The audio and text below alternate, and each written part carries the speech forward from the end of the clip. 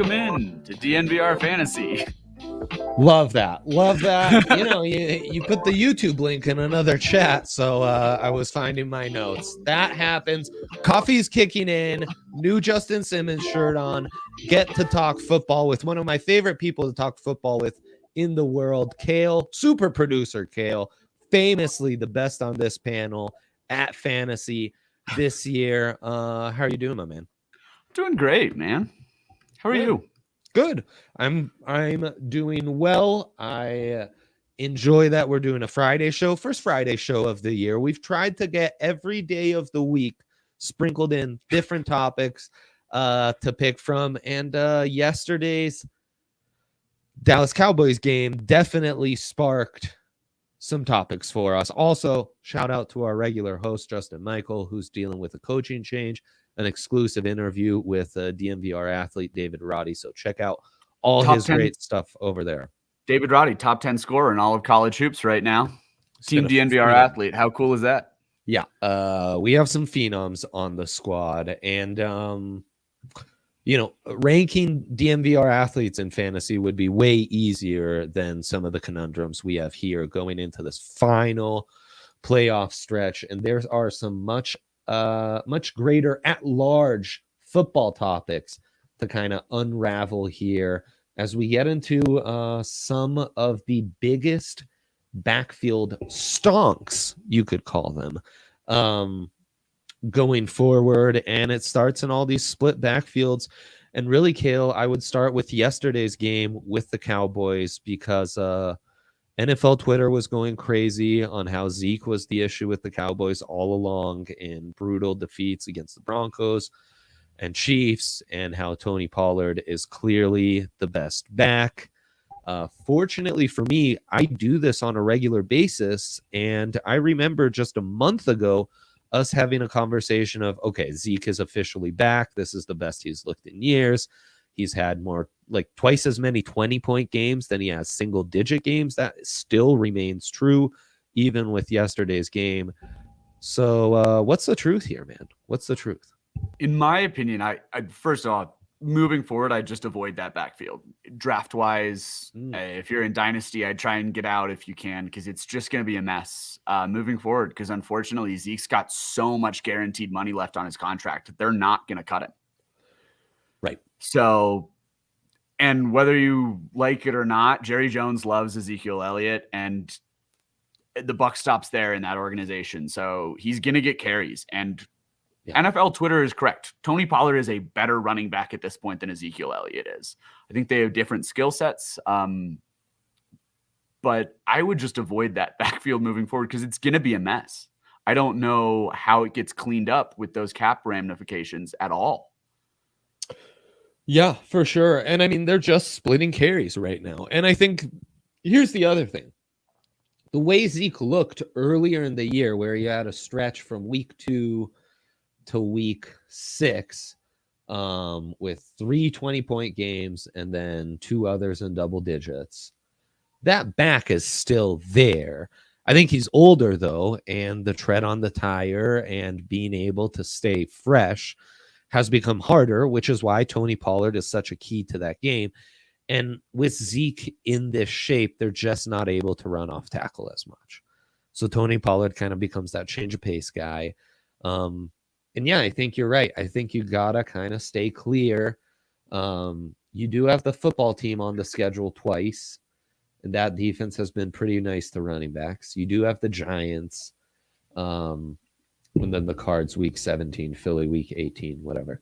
I mean, here's the deal. Schedule. Yeah, if you already have them on your squad, if you were smart and you drafted Ezekiel Elliott and Tony Pollard because he was his handicap, right? I would handcuff. Sorry, yeah. I would. I'd probably start Zeke down the stretch. Still, I think he's going to get the bulk of the carries, especially in the red zone. They've got some good teams on the schedule, but if you're banking on touchdowns, like we said, he's got more 20-point games than he does single-digit games. He might not be that good of a real-life football player, but out of the two, if you are stuck with those two down the stretch, I'd still start Zeke over Tony. Yeah, and also worth mentioning, Tony Pollard, 2 touchdowns the entire season. Actually, three. So he's just not getting those red zone touches unless he breaks a big one. You're just not going to have a good day. So unfortunately, while the eye test clearly tells us one thing, I think you're right. Just the opportunity is there more for Zeke right now. And yeah, kind of a tough spot to be in with either of those guys. Let's go to the Packers, where AJ Dillon finally starting to break out. Man, what a year this has been for the Packers front office in redeeming themselves. That Jordan Love, AJ Dillon draft, all of a sudden, at least AJ Dillon's kind of a key contributor. He looked phenomenal. He was a top scorer at running back last week with 15 points. He's looked good. And of course, we do have Aaron Jones coming back still in that backfield. So what to do with this? And a bye week this week too, with Chicago, Baltimore, Cleveland, the next 3 on the schedule. AJ Dillon is looking like I like watching him play just from a fan perspective. He runs angry, he runs hard, he runs downfield really fast. If you like watching big physical running backs, he's really fun to watch. Yeah. And I think that's going to matter down this stretch. They're playing in mostly cold weather cities down the stretch. Mm-hmm. And I think that style of running is going to fit. And even when Aaron Jones gets back, I just don't know if he's going to get as many carries as we think he is. He's still a little bit banged up. And I kind of feel like that coaching staff feels like AJ Dillon is their feature back because they drafted him in the 2nd round. That's right. And I mean, 2 of these games are in Lambeau against the Bears and Browns, 2 tough defenses. And then you go to Baltimore. It's cold weather. It's something that gets neglected in fantasy, but you enter December, like shit gets real. All of a sudden, you got to run the ball. You can't get cute. This isn't 4 or 5 wide season in the NFC North. They're going to have to stay committed to the run game. They will stay committed to the run game. And AJ Dillon has that wide base to get downhill, to punish you. He's the kind of guy your O-line wants running behind them. And he's the kind of guy that's going to wear defenses down to where you get to the 4th quarter and they just don't want to tackle that dude. He might be able to pop one off that's huge in the 3rd or 4th because he's just continuing to. And it's a function of the way that offense is built. I mean, when you really think about it, they've got an okay but not an elite offensive line, and then you have arguably the best quarterback in the league and the best receiver in the league. So they're built around trying to deceive and get Aaron Jones and get Davante Adams in open space and open, which they're trying to avoid Davante Adams being doubled. And the way you're going to do that is you have to run the ball. You have to run the ball well to get them to leave a 7th or 8th man in that box so that Davante Adams isn't open all the time. And so they're going to run the ball in order to be able to set that up. And you have to remember, this is still an outside zone running scheme. They're running a lot more power blocking sets because that's way more in AJ Dillon's skill set. Wheelhouse skill set. That's the right word. But it's still an outside zone system. They're going to be able to pop one off at the end, and they're going to have to run the ball in order to get Davante Adams those one-on-ones. And that's what their entire offense is built around. I love this guy down the stretch. And like we talked about Zeke, you're getting red zone opportunities with AJ Dillon, something you cannot guarantee with Tony Pollard. He is just built to be a red zone back. 3 touchdowns in the last 3 weeks. Yeah. And a guy, if you still can, try to buy lowish in dynasty or keeper leagues. Someone to target. Of course. With what we just talked about. And I mean, Kill, he really falls into this greater topic that we were getting into off air, which is how modern NFL defenses play, how personnel has kept moving further and further towards nickel and sub packages to where now you have light back sevens across the league. And much like the Broncos, back is back. Yes, the power back is back. Yep. And AJ Dillon's one of the hottest power backs in the league right now. Plain and simple. And I'll just, for the audience, get into the conversation I was having with you before the show. Over the last 10 years, we've seen this offensive explosion in the league, really since 2011, 2012-ish is when we really saw it happen. And scoring has just gone up every year until this year, where we're actually seeing scoring has fallen a little bit. And that's because in general, the league, because of how explosive the passing games have moved to almost an entirely too high base system where they're playing these too high safeties. They're trapping these shells and trying to keep all of the offense in front of them. Well, what that does, the counteract to that, is to run the ball. Yep, that's right. And so the NFL is a league of punches and counter punches, and that's right. Defenses finally counterpunched to this offensive explosion of the passing game. And the way offenses are going to have to counteract that, which is why we're seeing teams like San Francisco have a ton of success over the last month or so, because they're playing a different style, and the way to counteract those defensive styles are running the ball. And not every team in the league is running these too high systems. Don't get me wrong. I was talking to Dre about the Patriots earlier. They're doing it less than anybody in the league, and they've got the best defense in the league. So it's not a one-size-fits-all thing. But if this is going to be the style of play that defenses in general are going to be playing over the next 4 or 5 years, which it probably will be because you've got quarterbacks like Patrick Mahomes and you've got more talented receivers in this league than you've ever had. Yes. Power backs are going to be more valuable than they have been in years in fantasy leagues. AJ Dillion, Leonard Fournette, which we're going to get into in a little bit. Javonte Williams, and then we'll get into the Patriots backfield in a second as well. But these power backs are going to be really important players. I love that. I think we saw that in the Bengals thumping of the Steelers. You know, the running back has really, I think we've seen it in the regression of the Rams, who don't have that anymore. A team that used to be completely built around, and you know, an MVP candidate in Todd Gurley and that power back. They've gone so far away that now they're really struggling. And yeah, let's get into Javonte Williams over Melvin Gordon. That's done and dusted. I think it's been for a couple weeks. I mean, Melvin Gordon is first of all questionable going into this Sunday's game anyway, with an undisclosed injury. We don't really know what's going on. So Javonte Williams is for sure that guy. But what we're figuring out is Javonte Williams is just going to get as many touches and is way more of a explosive back. Melvin might be more consistent on a down-to-down basis. Like if you're looking to get 3.5 yards every run, Melvin Gordon might be your guy.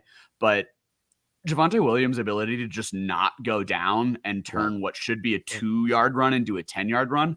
And then the other thing I've really liked is they're throwing him the ball which I didn't think was going to happen. He's catching passes. He had 57 receiving yards. He was the Broncos' leading receiver last weekend. They're throwing him the ball, and he's proving that he's got some decent hands. And when you get him in space, they're really going to probably use him in the screen game moving forward. And down the stretch, the Broncos have – here's the great part. The Broncos have a heavy divisional slate down the stretch. They're playing the Raiders, the Chargers, and the Chiefs almost exclusively down the stretch.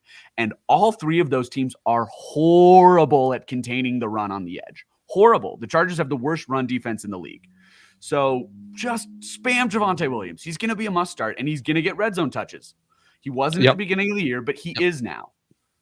And I mean, that kind of punishing player you want. And again, they'll be at Arrowhead, Dome in Detroit, but then at Cincy, Dome in Vegas. You know, you've got some cold weather games in there, and Javonte just fits everything we just talked about with the punishing power back. So there you go. Let's get into some more under the radar backfield stonks with Tennessee. They still have, they're still figuring things out post Derrick Henry injury. And you have Dante Foreman, is that right? And you had a big week from Dontrell Hilliard kind of emerging against the Patriots with 131 rushing day and a 17-point day. And Foreman still got tons of carries, but unfortunately also fumbled the ball, which, coaches don't like that. There's no way to hurt your trust with a coaching staff, them fumbling the ball. But he too went over the century mark against the Patriots on 19 carries. and has been a half decent waiver wire pickup, considering you got him after like week 10. Are you scared off by the fumble and Hilliard breaking a big run and outrushing Foreman? Or are you sticking with Foreman, who again fits that power back role more so than Hilliard? I have no idea what to do with this one. I just don't. I don't trust either of them. I don't know enough about them from the players. I went back and watched a little bit of that Tennessee game, and I wasn't too impressed with Hilliard. A lot of the runs were kind of easy yards. I don't feel like I was that impressed with him as a back moving forward. So I don't really know how the coaching staff is going to feel moving forward. Right. If you've got those guys, I don't know. You're probably not in a great spot anyway.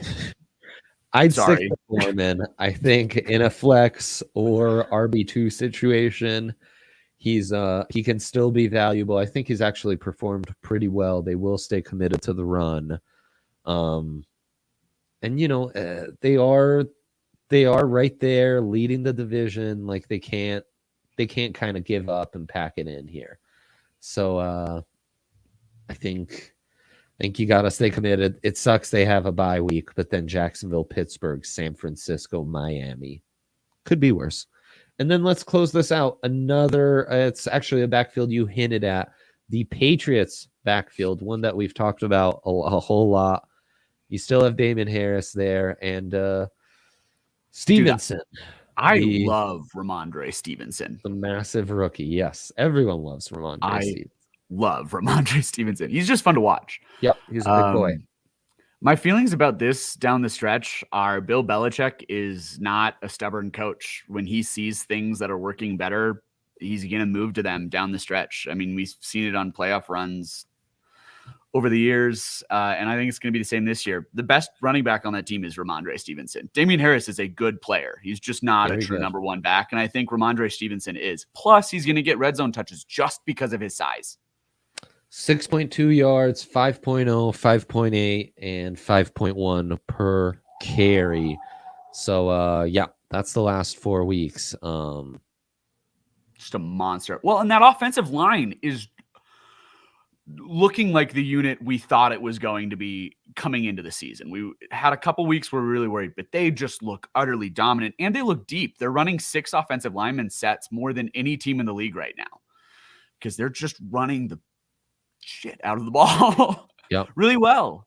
And so that's the thing. I think they're going to get, I actually think Damian Harris and Ramondre Stevenson in RB2 or flex plays are both valid plays. I think they're both going to get enough carries and enough touches to make them, and they throw the ball as they always have in New England. They throw the ball to their running backs.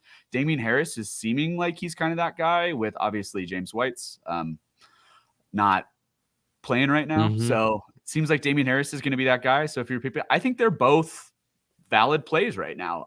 Dynasty wise, moving forward, as I said, I'm a Ramondre Stevenson guy. If you can pick him up in a dynasty, I think this is the first time Belichick's had a true feature back in a decade.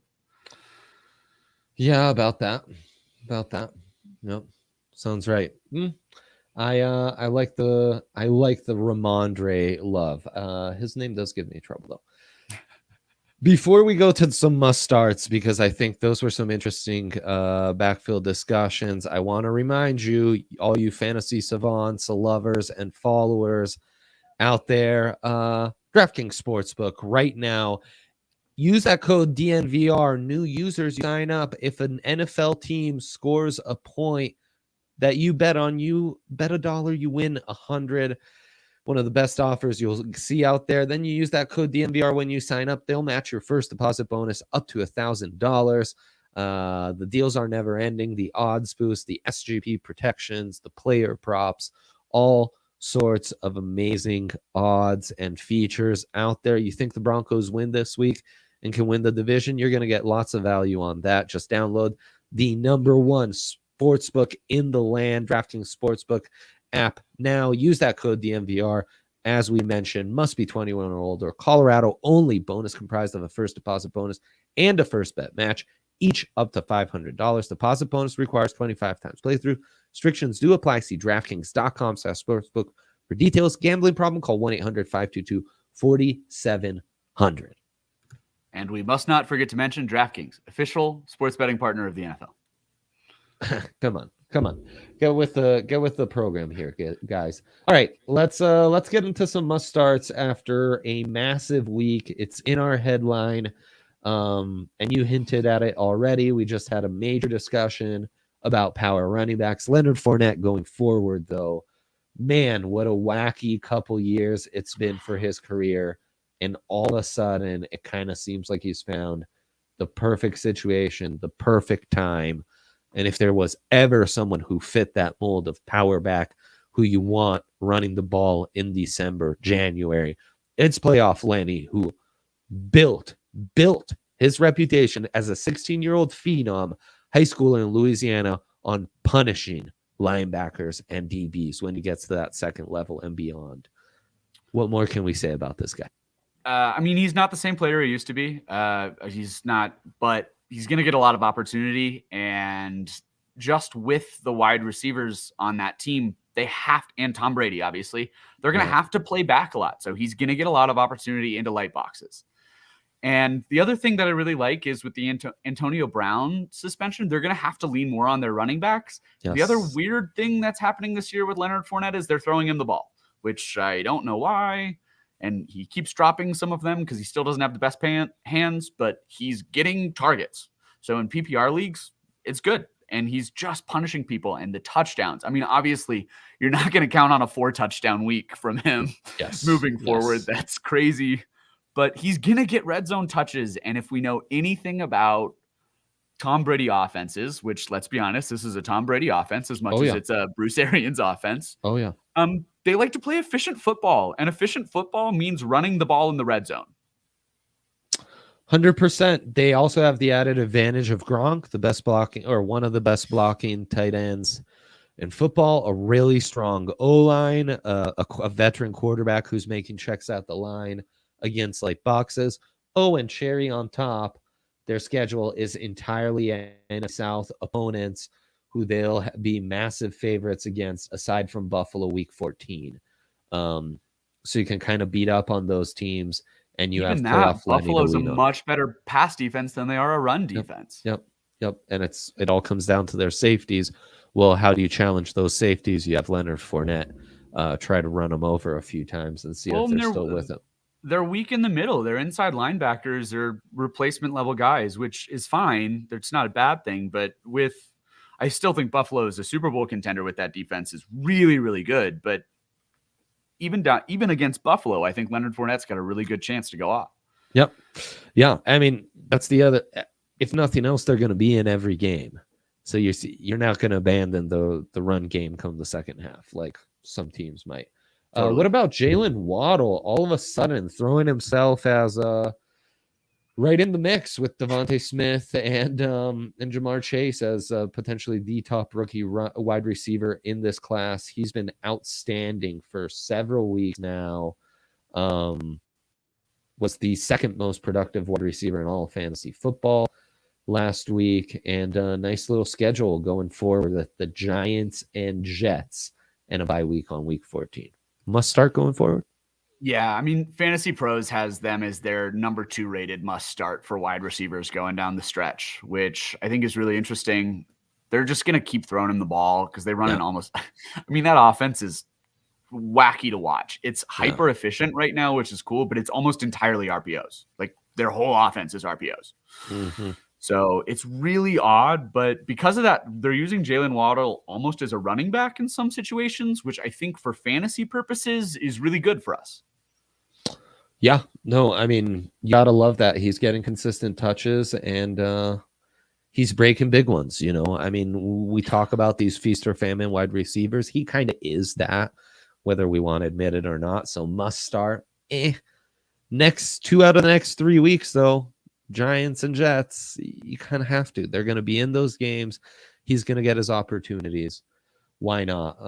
Another guy who all of a sudden has endless opportunities is OBJ Kale. He had a big week last week. We talked about the Rams' imbalance. They're that one team who's gone away from that running identity, and it's really hurt them. OBJ, are we buying this? Are we more skeptical?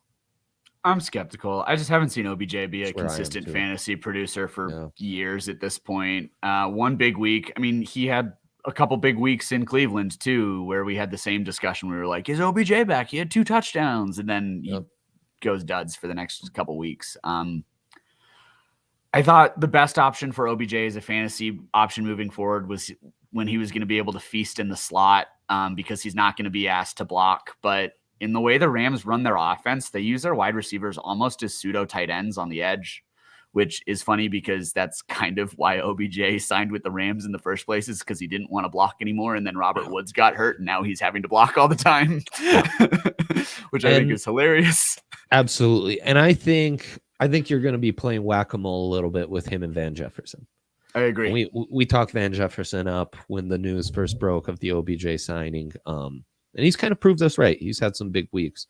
So that's more who I'd invest in. Also, OBJ just hasn't shown me he can stay healthy for more than like a 3-week stretch in several years now. So I would be very skeptical. How about Kendrick Bourne, a guy I've been high on? He has some big weeks. He's been the big play guy for the Patriots, but must start. He's not a must start, but if he's we're that feast or famine wide out, if he's your flex option and you're on the bubble looking for some high upside plays to get a win, he's a great option. It's crazy how many of these guys we've talked about still have bye weeks left on their schedule. I was looking at how many buys my roster had this week, and I was like, this late in the season, I got this many buys, and then I remembered 17 games. Right. Well, the other thing is we talked about this with the Patriots running backs. With Bourne, though, you still have Buffalo twice on the schedule. You have a bye. You have the Colts. That's not the easiest defense. They're so matchup dependent. You never know when it's going to be Stevenson or Hunter Henry or Jacoby Myers' day. Well, and they're just like buyer beware. It's the way New England's. Yeah, I like him as a player too, as a real football player, not a fantasy guy. Exactly. Just because, I mean, it's how New England's always been. They spread the ball, unless it's the one year when they had Randy Moss. Like, they spread the ball around. They don't have 1,000-yard receivers all the time because they just have a bunch of pass catchers over the place, and it's matchup dependent. And that's how Bill Belichick likes to do his bidding. Like I said, if he's in a flex play, wide receiver 2 play, and you're playing for upside because he's sort of a feast or famine guy, I don't hate it, but he's not a must start. Let's close this out with Gronk. Has a big game, 7 receptions for 123 yards. He's actually had a decent season. Problem is he's only played 5 weeks. So he looks healthy right now. He does. He does, which is, he actually looks the healthiest he has in years to me. In a long time. Yep. Yeah, which is crazy. Terrifies me going into the playoffs if I was a fan of a team in the NFC, because Gronk in the playoffs is a whole nother monster, as we've seen time and time again. Yes, sir. So if I were a fan of an NFC team, I'd be terrified. But yeah, Gronk's a must start going forward. If he's healthy, you got to start him. I mean, just on red zone targets alone, Tom Brady looking for Gronk in the red zone, it's just going to happen. You're not wrong. It's been such a wacky year for tight end. I mean, you look at the top performers from week 12. Oof. It's not who you would have expected. Yeah, Dawson Knox, Jack Doyle, Dalton Schultz, Pat Freiermuth has had a Gerald couple of big Everett. weeks. My God, what a mess. So yeah, there you go. In a tight end group like that, Gronk is going to be one of the top 5 most reliable, consistent guys. So for sure. Yeah. The other guy I would throw in there as a tight end must start down the stretch is Kittle's healthy. So if you've got him, start him. There you go. Yep. Activate him from the IR, whatever you got to do, but you got to remember to start Kittle. That's actually a great reminder because it's been hard to remember that in one of my leagues. Kale, this was lovely. Shouts to our guy, Justin Michael, who couldn't be with us, but is always part of this pod. This show was produced by super producer Kalle Sorbo. We will be back next week. Best of luck on fantasy.